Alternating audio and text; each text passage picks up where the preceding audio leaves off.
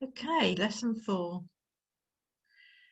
So these are the last few remedies that we're going to go through. We've got elm, larch, pine, sweet chestnut, wild rose, crabapple, honeysuckle, mustard, olive, and star of Bethlehem. And so let's have a look at the first one. For those who are doing good work, we are going to go over the others in a moment, the ones that you've learned previously, but these are just the new ones. So hopefully you've printed out the worksheets and you've gone through to find the answers yourself, and now we're just going over them. So those that are doing good work and following their calling in life, and they want to do something to benefit humanity, and there can be times when they have periods of depression when they feel that they've undertaken too much, and they've got a temporary loss of confidence and an overwhelm. So the key word there is overwhelm, and that is elm. Elm's a really good one to think of, and I expect you can think of when you needed elm before. This temporary, you think, I can't just cope with this situation. So that is the one. And if it is very, very temporary and you just think, oh, it's just today, then 2 drops in a small glass of water will be fine. But if it's a feeling that goes on for another day, then make yourself up a bottle and definitely include elm in it. Now, the next one is for someone who wouldn't take on a job that suddenly becomes overpowering because they haven't got the confidence to do it in the first place. They don't think they're good enough. They don't think they're as capable as other people, and so they don't try to succeed in case they fail. And this will help them to take that step, and without thinking about failing or succeeding, and that would be the larch. The larch, if you don't feel you're good enough.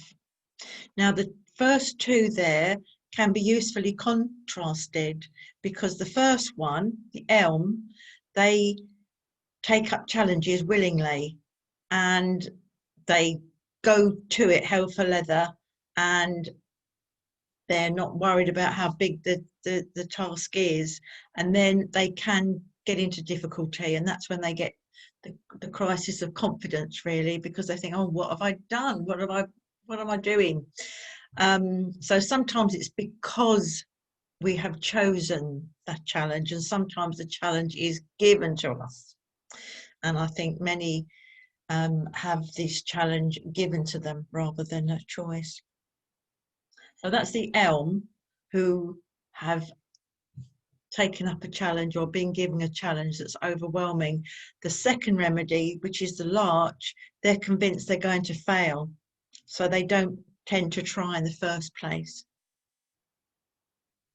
This another beautiful picture there, and for those that live much in the past and they've got memories of a friend or relative, and maybe their ambitions didn't come true, maybe they thought that they could have followed a different path and they chose a different path, or it could be that the family life that they expected went into a different area, which was maybe, for instance, a child who needed more attention than you would normally expect to give a child for whatever reason. Maybe it was a disability, or they were on the spectrum, or anything that you were expecting something that your life was going to take this path, and it hasn't. So looking back and thinking, not that you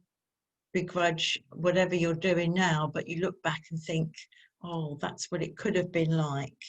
And they look back to when they maybe were in happier times and think, oh, I'll never be that happy again or carefree again. and honeysuckle is the one to help to be able to recall the past without needing to relive it and making you feel bad. So that would be nice, wouldn't it? So you may have lost someone that you miss dearly, and so it would be able to remember them without feeling overwhelmed with grief, that because you're missing them so much. So honeysuckle would be one of the ones for that, and I would usually use that with Star of Bethlehem for grief, for someone that's missing someone so much. So grieving over somebody or a lifestyle that didn't happen, along with honeysuckle. I feel those two work really well. The next one is for, I call this like the PMT one, where there's this dark cloud in your head that's come from nowhere. And you've got problems, but you had problems last week. So what's going on this week? Nothing different, except your head, you feel awful. And so there's no explanation, nothing other than what's normally happens is happening, and yet you feel really, really down and gloomy. So that would be mustard. Mustard is a nice, bright and shiny herb, and so that would be the one if you're just feeling gloomy for no reason. So that's a nice one to remember, I think, because we can often get like that. I think particularly in February. I think February, remember, oh, Jackie said the mustard one might help. So I think, yeah, that's the one. That's the one I'd recommend. Now this one, the next one, is for those who, without apparently sufficient reason, become resigned and just glide through life without any effort. It's like, bothered? Am I bothered? No, they're not bothered.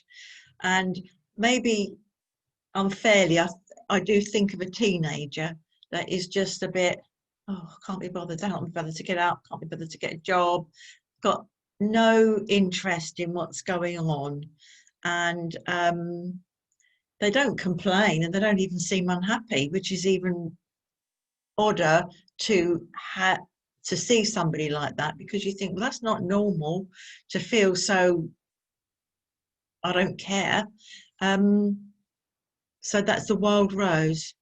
You think, doesn't matter, I'm not bothered, I'm really not bothered. And really, you know, it's not living, is it? It's just resigning yourself. So let's have a look. The next one looks a bit prickly, doesn't it? And that is for people who blame themselves. And even when they do well, they think they could have done better. They're never content with what they do. They work hard, but it's never good enough. And if there's a mistake and they're in a team, they think it's them. They will claim responsibility. And that's the pine. So it's being able to acknowledge your fault, because sometimes maybe it is our mistake, but we don't have to beat ourselves up for it. So it's knowing that we've done our best, feeling more content, and letting it wash over us, and not taking everything, all the world on your shoulders. So stop it. The next one, we're on page 4 now. This is the remedy for cleansing and for people who feel that they are not good enough, particularly to look at. And it could be that they feel they're too fat, they feel they're too thin, maybe it's their skin, maybe they feel dirty. People that clean themselves obsessively would need this. They might need this.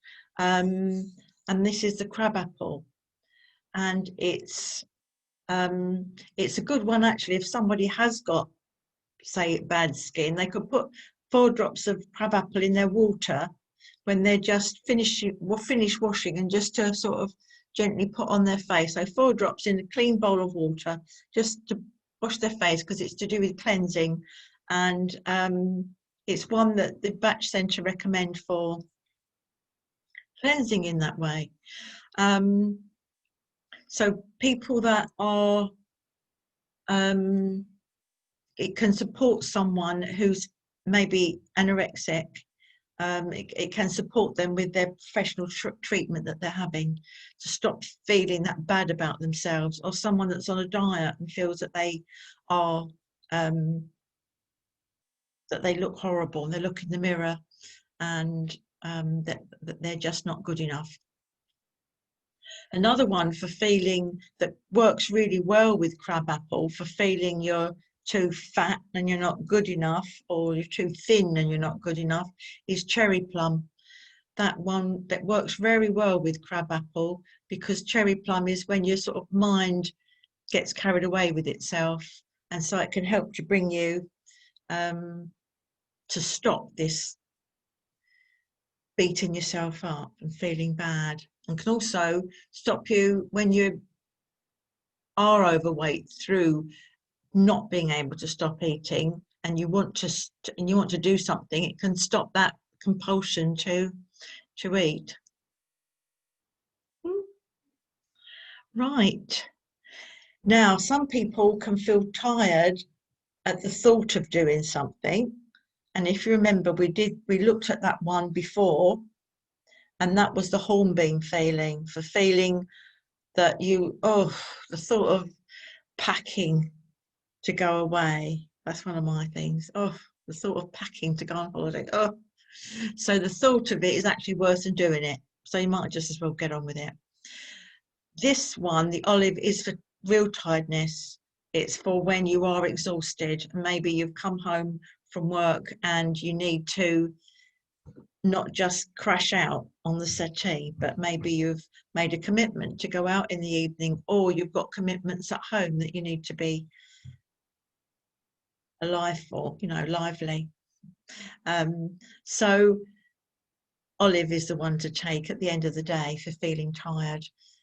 And also if somebody is convalescing, because you know what it feels like after you've had a cold or flu and you feel like you've got no energy left, then olive would be the one to take, that you feel like you've got no more energy. But you need to work with your body, and don't try to get back to normal, if you like, physical behavior if you have been poorly, because that can make you ill. But this is just to help you with that tiredness. So you've got to still listen to your body. This one's one of my favorites for those that are in time of great unhappiness, and they've got shock and serious news, and they've lost someone very dear, and nothing can give them comfort. And I think many of us have been in that position for one reason and another. So Star of Bethlehem is the one, it's suitable for so many different occasions. And Star of Bethlehem is also, when I was doing the training, was one that is suggested that, you do 7 remedies for a bottle to make up 7 different remedies, 2 of each. And if you've thought carefully and it doesn't seem to have worked, then Star of Bethlehem can somehow bring it together. So if after a day or so you think, well, it's not working, then put 2 drops of Star of Bethlehem in. My tip for the day. Now this one is for someone that's really feeling at such rock bottom. And I know I've got the answer there, haven't I? It's sweet chestnut, and you've just reached the end. You can't even see the tunnel, never mind the light at the end of it, because it's a duvet day that carries on and on and on, and they just don't want to know anymore, and it becomes unbearable. And that is the sweet chestnut frame of mind. Now that's not how we want to feel, is it? I'm going to leave it there for this video. And so we've done up to number 5, and then we're going to start with All About Eve, who's on page 6, and then we'll finish off from there. So I'll see you in the next video.